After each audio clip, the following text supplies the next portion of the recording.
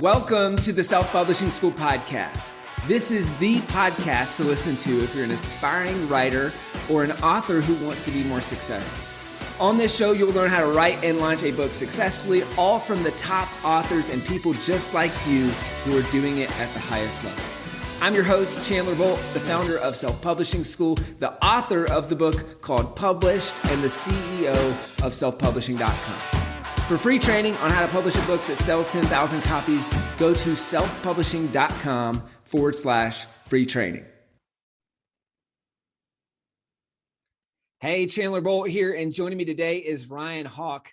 Ryan is a keynote speaker. He's a host of a podcast called The Learning Leaders Show, wildly popular podcast, millions of downloads in more than 150 countries. He's also the author of the book, Welcome to Management. Awesome topic. And he's got a brand new book that's coming out real soon. By the time you're listening to or watching this, it's probably already came out and you can grab a copy. It's called The Pursuit of Excellence. All right. So Ryan, welcome. Great to have you here. Chandler, man, you've already been a huge help before we started recording. So I really appreciate, man. It's good to be with you. Yeah. So I will start with why this book. Why did you decide to write your first, I guess not the most recent one, but why did you decide to write your first book? And how did you see that fitting in with your speaking, with your business, with your podcasts, all that good stuff? I think it's similar to what you were just saying before we started recording. And that is, I thought of like one of the biggest pain points of my career, as well as a lot of questions I was asked and what people were hiring me for. And that is making that first leap in your career from individual contributor to first-time manager. And a lot of us have either worked for that person or we've been that person. And so I know when that was me, it was a mess. I mean, a mistake after mistake after mistake. So my hope was I wanted to write the book that if you, Chandler, if you worked in corporate America and let's say you got promoted and the person says, "Congratulations, Chandler, you got the job." They shake your hand, give you a little hug, and then they hand you a book. And I want you to be handed Welcome to Management to say, this could be your guide. This could be your playbook because you've never done this before. And the guy who wrote it learned from a lot of the mistakes that he made, as well as from all of the authors that he interviews on his podcast or all the managers and leaders he interviews on his podcast, The Learning Leaders Show. Hopefully it'll help you not make the same mistakes he did. So really, like a lot of authors, you try to write the book that you wish you had for that moment in your life. And that's what I tried to do. And fortunately, people seem to find it useful. Yeah. Well, I love how specific the topic is, how clear the title is. We always talk about somebody should instantly understand what your book's about within 2 seconds. Yep. It could not be more clear with your topic and with your title. So I think you nailed it with that. It sounds like this is the book that you wish that someone gave to you. And was this also kind of like something that you were just getting asked questions about a lot? It seemed like. Yeah, both. I would say both. And and kind of the market starts to tell you what they want from you, especially if you built some sort of a platform. And my podcast became that platform for me because that came before everything. That gave me the opportunity. That created the reason that a publisher would want me to would pay me in advance to write a book. So that's why I just went really deep and tons of interviews, both on the podcast and off, to help write the book. Like I said, that I wish that I had prior to that leap, because I made countless mistakes that my team had to suffer for. Now we got better and I improved, but it took a lot of hard lessons that I don't think you shouldn't have to make those yourself. Hopefully you can learn those from a book or from other people. And that's what I'm trying to do. Yeah, I love that. So, did the publisher, I think it's McGraw-Hill, did they reach out to you because of the podcast and you got a book deal that way, or do you get an agent and kind of go that whole route? How'd you get kind of that deal on your first book? I actually hired a writing coach. She specialized in writing proposals, who got referred to me by a friend of mine named Joey Coleman. And Joey, I met at an event called Mastermind Talks with Jason Gaynard. And so he was on the podcast. Then we talked about book writing and his process and how he went through it. And then he introduced me to someone who helped him. She helped me.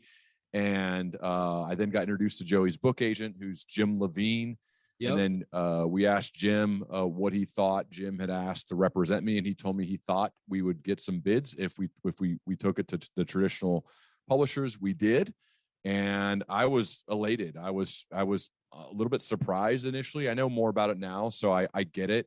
I've recorded with Jim. We've talked a lot. I've become very close with Casey Ebro at McGraw-Hill. She's done both of my books. And so it was pretty cool process how it came together. It was painful at times, but I think I've learned a lot through the process of outlining, of the proposal, of setting yourself up to be able to write a useful book. There's a lot that goes into it. And then the whole marketing and selling part is just a completely different aspect as well that I've learned about. So it started from the podcast. It started from helpful introductions from friends. And then from there, people showed some interest, made some bids, and then we took the deals with McGraw-Hill for both books. That's awesome. I think I'm remembering now. We were trying to figure out before we started this interview how we originally met, and I think it might have actually been Mastermind Talks years ago. I volunteered at the second ever Mastermind Talks, working with Jason, and I bet you that's where, because like our worlds have been circling. And which one? Gosh, the 2015. I went to Ojai, but I've been kind of in Jason's orbit for a while. Maybe not. Ojai. The mystery continues. I don't know. So let's talk that launching and selling that first book. What sold the most copies, and how'd you launch it? So the fact that I had a built up platform for my podcast is very helpful. I started, sharing it on my podcast. I've been building an email. One of the mistakes I made that I think a lot of people say is I did not start building an email list immediately, and I should have. I was given that advice, and I was like, it's still too early. It's still too early, and it's never too early. So I started building that now. It's been 294 weeks. So do the math. But I still should have started even earlier because I've sent one every week. So that's how I know the number. But the combination of my email list as well as my podcast. And then, so I was getting booked quite a bit to speak. And like a lot of other authors, I would then do bulk buys with people who would book me to speak. So in addition to whatever they were paying me, we would put books as a part of the deals. So, and that's what I'm doing here for the second one too, is those are really the three core parts. And then you hope that there's still the book's good enough that after it launches, that the individual word of mouth, hey, you should buy this book, you should read this, is part of that too. So it's a combination of bulk buys, my email list, and then the platform from my podcast. And obviously I try to get the word out there by going on podcasts like yours to help spread the message too. And so a combination of all those things, I think, helped propel it to where now it's more of an evergreen topic too. It should be a backlisted book, as Jim has told me, my agent, that it's a topic that will forever be something that somebody needs. So while we wanted to launch big and the launch was good, I'm almost more proud when I see these big pops of a week on Amazon where we sell hundreds of books and it's been out now for more than 2 years. So I think that's kind of the cool part about book writing is you do it once, but then you sell it thousands and thousands of times. Heck yeah. Leveraged impact, as we call it, the ability to do work once and create this book. And then that book goes on to impact thousands, if not tens of thousands of people, maybe even millions. You mentioned top 3 things to sell books. You got the podcast, obviously really successful, ton of downloads, good listenership, that sort of thing. You've got your email list. And the third thing was bulk buys. We've talked about the other two a decent amount on the show. I'd love to hear bulk buys. So this is a strategy I talk about. I think it's it's chapter 18 or 19 in my new book published. I talk about bulk buys. I'm curious your strategy. So is it bulk buys in addition to speaking gigs? Is it with companies? Like, what's the structure? How do you make it a win for them? And then how do you sell those bulk buys? I want it to be a part of every deal. So if they ask me to speak, it's a part of every, if they say, hey, what's your rate? It's this amount plus then this many books and then the total. And then if I'm going to go work with a company, same thing, however many people I want the book in all of their hands. So yeah, it is. I'm thinking of every speaking engagement I have, now I'm focusing on the new book. It depends on the audience though. Like if they're just focused on purely management, then we'll go with the first book. But if it's more of like let's say a national sales meeting or a sales kickoff, the SKO as they're called, those where there's a lot of individual contributors, a lot of people who are kind of like on this excellence path, they'll go with this next book where I'm like, let's get the book in everybody's hands. I will sign them, take pictures, do whatever you guys want. So it makes the bulk buy conversation much easier. So far, it is not a hard sell. If they're committed to want to bring you in, usually then adding on a few hundred, or depending on the audience, maybe even 1,000 or so books can get moved in that manner. It's awesome. It's pretty nice when you can do that. And I think that's part of the attraction of what I've been told from McGraw-Hill is they know that I can do that. Because as a lot of my writing friends have told me, they don't pay you to write the book; they pay you to sell the book. And so I realized that. And I grew up in sales. And I worked in corporate America in a sales role for 12 years, so I understand selling. And if you believe in the ideas and you believe in the work, then why wouldn't you stand on top of the mountain or the table or wherever and try to sell that thing to everybody? And that's what I believe in. I wouldn't publish it if I didn't believe in it. So I have no problem asking for people to buy that and to try to get it into the hands of every person who's going to be in the audience and offer to sign and take pictures, do whatever they want. Because then it also gives it a chance to spread. Like, is it going to hit with everybody? Of course not. But like, you could build your kind of your true fans through just a handful of those people. If there are hundreds, that's pretty powerful opportunity that I don't want to waste. Yeah. Well, Zig Ziglar said, he's like, I can impact someone in 45 minutes, but I can't change their life. But if they buy my books, if they buy my cassettes, like all those things. And so you're creating raving fans, and really they have that book. And now every time they see that book, they think of you. You're enabling them to refer you to book more speaking gigs. I mean, it's a win-win-win all around. What are you doing? Just straight up list price? Is it bulk discounts? Like, how's that work? Usually there's a bulk discount. I've worked with a couple of different places, but one of them is bulkbooks.com. Again, my friend Joey Coleman works with one of their leaders there. And so we have the same contact who helps make sure those orders are smooth and get shipped to the right place at the right time to make sure we can do all the signings and stuff. So it's a bulk discount, which is helpful for people to, when they're going to buy hundreds or more of them, to make sure that the price is okay. Cool. So the speaking gigs fuel the books fuel the speaking gig, kind of this circle of life. Have you seen, since publishing the books, has that impacted both speaking requests and have you been able to raise your fee because of that? What's that look like? Definitely. Yes. It's made it much better. And I will say, from a podcast perspective, there are still quite a few people who don't listen to podcasts, just any of them. But everybody knows books. They may not read the books, but they know they exist. They may even buy it and still not read it, but there's still numbers. So what it's done for me is created a whole nother place to be discovered by people who don't listen to podcasts. I don't know the latest stats, but for a while it was only about half the country, and talking about the States now. And now, though, everyone's aware. They can go to Amazon and see the book is there. They can buy it. Again, they don't necessarily all read it, but they know it exists. They see your name. There is something that goes along with that then helps. I've also been told, this is before I had a book published, and this is probably perfect for you, where somebody had seen like a highlight thing of me speaking, but I had not published a book at that point. And they said, sorry, we only book people who have written books for this conference or this event.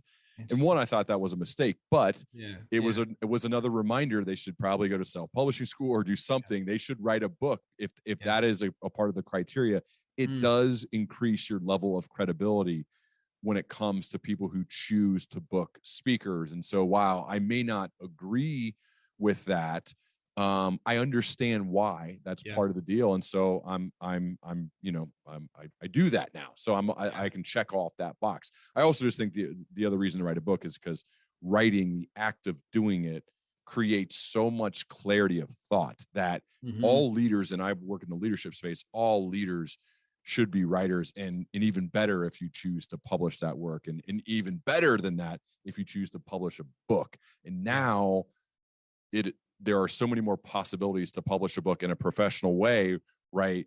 Than there used to be, where there used to be all these gatekeepers and it was really hard. It's not anymore. You can choose to do it yourself if you're willing to invest, some money and certainly the time.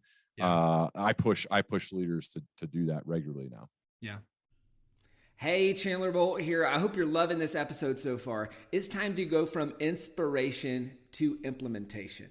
All right, so if you've learned something, we want to help you implement what you've learned with your book. So what I want you to do right now is go to selfpublishing.com/schedule, book a publishing consultation with one of the experts on my team. We'll talk about your goals for your book, your dreams, your challenges, your next steps, and we'll start putting together a plan. All right, so go to selfpublishing.com/schedule, book a call with the team. Let's see how we can help with your book. It's time to implement. And even just, I noticed kind of how this feeds together is, I was on your Amazon page earlier today and checking out your books, and then boom, there's the 2-minute clip right there of you speaking. And so that's just, if I'm, as just a regular person, like landing on that page or an event coordinator, I'm seeing that and I'm saying, oh, this book looks interesting. Oh, it's got a couple hundred reviews on Amazon. That's legit. Hold up, there's a video right here. Oh, this guy does speaking. Maybe I should book him for our next event, right? And so it just kind of feeds into the whole thing. Speaking of, it does. That's super helpful. It's credibility. This latest book published, I think I saw, how did you get so many reviews on Amazon so fast? Yeah. So, so there's a couple things. It's funny. And so check it out. Chapter, for your next book, this might be helpful for you. The one that you're launching right now, chapter 20. It's called The Road to Your First or Your Next 100 Reviews. But there's a few things. So launch team works really, really well. So having a group of people who support you or the topic of the book. I have that. Okay. One small thing that not a lot of people do is I call it the review sweeper.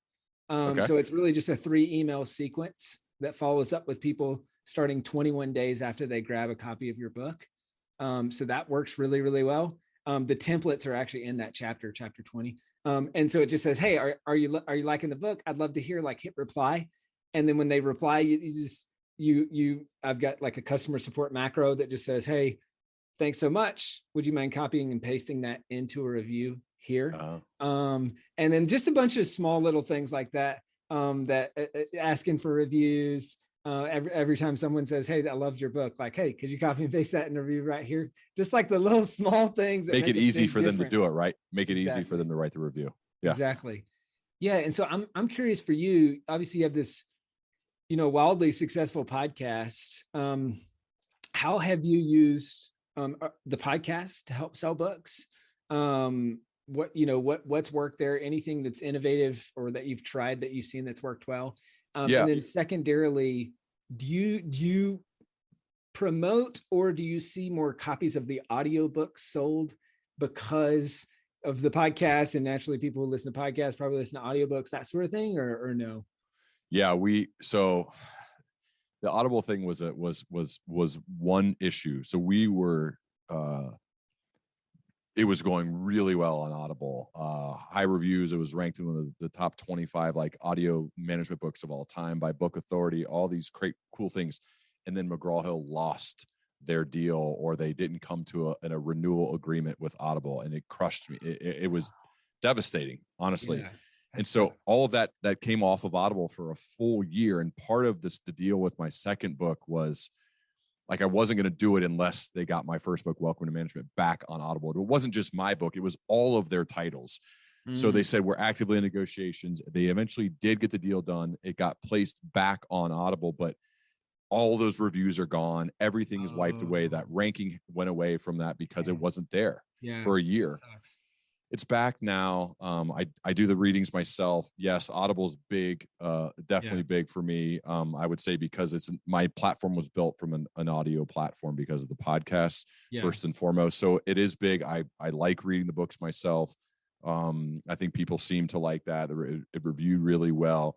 But other ways to I think I use it. I mean, especially around launch time and around the book, I mention it on every single podcast. I also have a text to opt in for my email list because people listen to podcasts on their phone, so it's much easier to text to opt in. So you text to opt in, you're going to see the book at the beginning of the welcome email too. So you get opportunities there to see the book.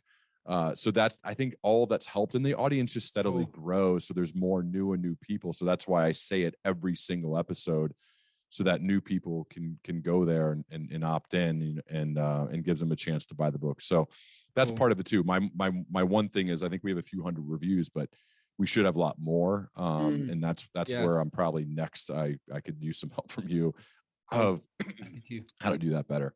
Yeah. And do you have any short links or anything that you do on the podcast that make it easy for people to download the audiobook, or anything in specifically? I haven't really done that. I've just the text to opt in, and then from there the intro email, but I probably could get better at that. I probably need to do something there. Just two little quick thoughts there that might be helpful. One is, so I have a short link for publishedbook.com/audible.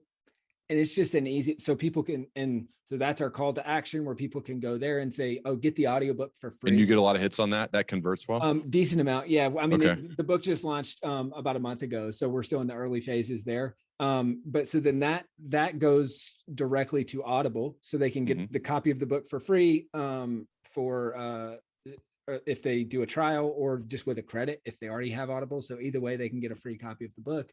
And then one other thing that might be helpful for you on the review side of things is just a short link for reviews. So we go publishedbook.com/review.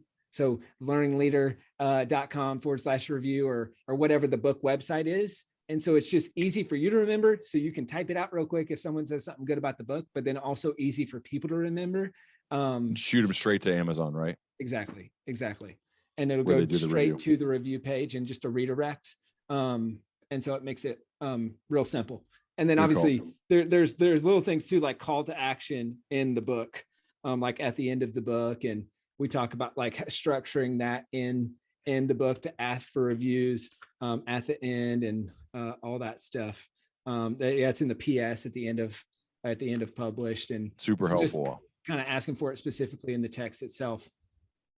Hey, we got a couple more minutes left. I want to talk about your next book, or well, actually one question related to your next book, but in your first book too. So I noticed that you have prominent forwards in both books. So you've got Patrick Lencioni as the forward on the next book. I think you had an Army general as a forward in General McChrystal. Yeah. In the first book. What's the thought process behind prominent forwards for your books, and then how do you get them? Thought process is, I mean, honestly, I thought it would be pretty cool to be partnered with people that are literally like heroes of mine. And I didn't think either of them were possible, but I have built good relationships with General McChrystal. I went to Gettysburg with him. He teaches a class at Yale, a leadership class. He invited me to go. I went. I swung for the fences after that weekend we spent together at Gettysburg, and asked him, and he said yes. And I thought, how cool to have his name next to mine, have it on the book. And then he wrote it. And it was just even the process of like sending drafts back and forth was amazing. And then I thought, well, that kind of gave me some confidence for the next one. And Pat Lencioni and I have had a number of talks about him when he launched his podcast. I tried to be a useful resource for him. And we've thrown some things back and forth, and I didn't even know it, but he was kind of advocating on my behalf with my agent, Jim Levine, and telling him, hey, you should represent this guy, which he never told me he did that, but super kind of him. And that's, I think, ultimately what told Jim that to take me on as a client. And then so I asked Pat to do it, and he did. He did. So I think, you know, in a way, it's a combination of like, this is really cool. Like, if something is that simple, as well as I don't think it hurts to have your name next to, you know, 4-star general, or to Pat Lencioni, who has lived on the bestseller list for 2 decades. Yeah. And so, that's why that's why we do it, and or why I do it. And I'm just grateful that they said yes. Yeah, that's huge. Gone 2 for 2 because they were the number 1 draft pick for both books. So I felt kind of like, oh, this is cool. They said yes. So I I'm just grateful for them for doing it, because it's a lot of work. I mean, they don't, it's published work. They have standards to uphold. They're not just going to put out garbage. So I'm super grateful for them. That's awesome. And so speaking of, you got Patrick Lencioni, who's author of some of my favorite books of all time. Just great author. He's writing the foreword for your brand new book, upcoming book, called The Pursuit of Excellence. So a couple questions on that book, and then we'll touch on where people can go to grab a copy. So how are you doing things different with this book, the upcoming book, based on what you learned from watching the first book? A lot of the same things, but just the audience, fortunately, is much bigger. The launch team is bigger. The pre-readers, there are more. The review people are ready. The ones who have already read it are there. I got a lot more help along the way, so I think the book overall is going to be better. I invested more in people to make it a more useful book, because the topic is more broad. It's not as pointed as Welcome to Management. It's more on kind of the leading yourself part of leadership, which is sometimes overlooked, I think, but it's the most important part, in my opinion, is to lead yourself. So I think that part's there. And then I'm just gonna, I have more speaking engagements. There's more bulk buys for this one. There's more one-offs. I think we hit early on Amazon even better, because I was more targeted on the days where we wanted to really juice that algorithm. So I sent people all at the same times. I've done that a few times to kind of have it skyrocket a little bit at the beginning. It hasn't, at the time of this recording, it hasn't launched yet. I know when it comes out, it will be out. But so a combination of all those things, a lot of moving parts. I have a full video guy who's building. I did a bunch of audio reads. So we were doing a lot of social media that I didn't do for the first one, where like excerpts from the audio book, turning them into like pretty cool artwork that we'll send out there. And then I've really looked at some of the other great authors of their email sequencing and have copied them flat out, like James Clear. I have his email from the day Atomic Habits came out, which is amazing to look back on now, because he had no idea it would become the #1 book on Amazon in 2021 at that time. And now, 3 years later it is. So I just flat out, look at the things that work for other people and try to copy them. And hopefully, like, the confluence of all of those events together then lead to the book not only launching well, but then living on forever, and it becoming a backlist book for people, so that it's not just a, hey, let's launch big and then die, but let's launch big and then keep going. And that's what I hope happens. That's great, man. That's awesome. And guys, if you want to hear how James Clear launched his book, check out the episode on the Self-Publishing School podcast. He talks about how he sold 4 million copies, I think it is, of his book in 3 years. That's crazy, dude. It is absolutely bonkers. So awesome. So check out that episode. It's a good one. But last question or two I have for you, Ryan. I was noticing, looking today, you published your first book on January 28th, 2020. Your second book coming out January 25th, 2022. So almost 2 years to the day. Mm-hmm. Was that on purpose? Is that just kind of how it works? Like, is there any intentionality behind so that? Like Ryan Holiday told me, he always has his next book sold before the other one comes out. I'm not quite that fast, but I remember when he told me that, it just changed my perspective on idea creation and getting the next proposal done. So I had some, like, the startings of a proposal when my last book came out, but not really. I mean, I just had like notes.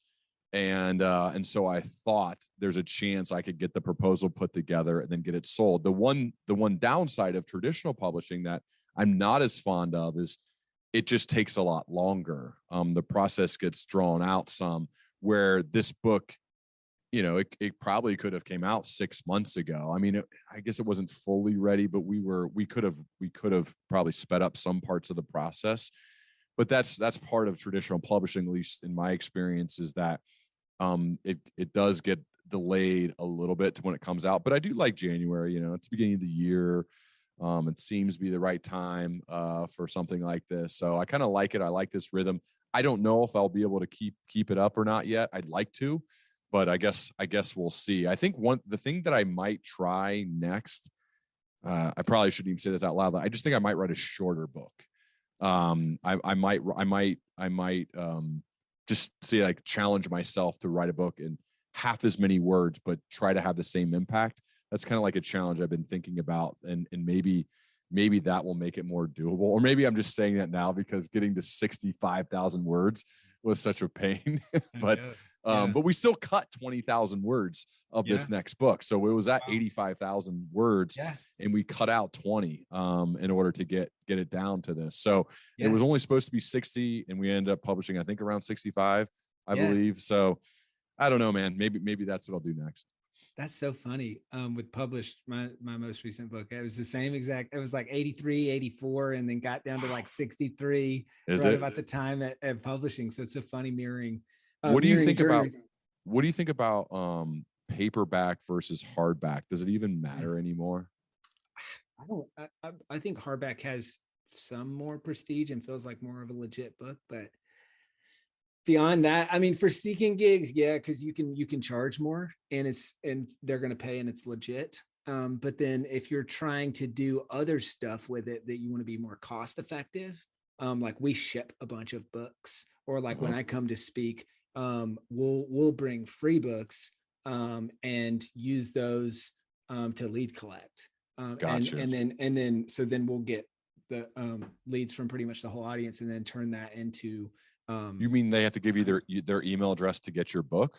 Yep, exactly. And that's it though. It's a free book. And so we'll capture people's name, email, phone number, and I think maybe address on a card, and they'll give us a card, and then they'll get a book. And then a lot of those folks will actually end up sitting down with our team at Self-Publishing School and saying, hey, let me walk through my book. And then a decent amount of those folks will say, hey, I'd love to work with you guys at Self-Publishing School. And so that's kind of just the flow. So for us, it's a $5 lead instead of whatever we would pay for any other leads through other marketing channels. And it's a qualified lead because they have a book that teaches a methodology and goes real in depth. Well, I just love the strategy behind what you're doing. I think that's why I just kept peppering you with questions before we even started, because it's obvious that you have figured some things out and have built a really purposeful strategy to build your business, and books are part of it.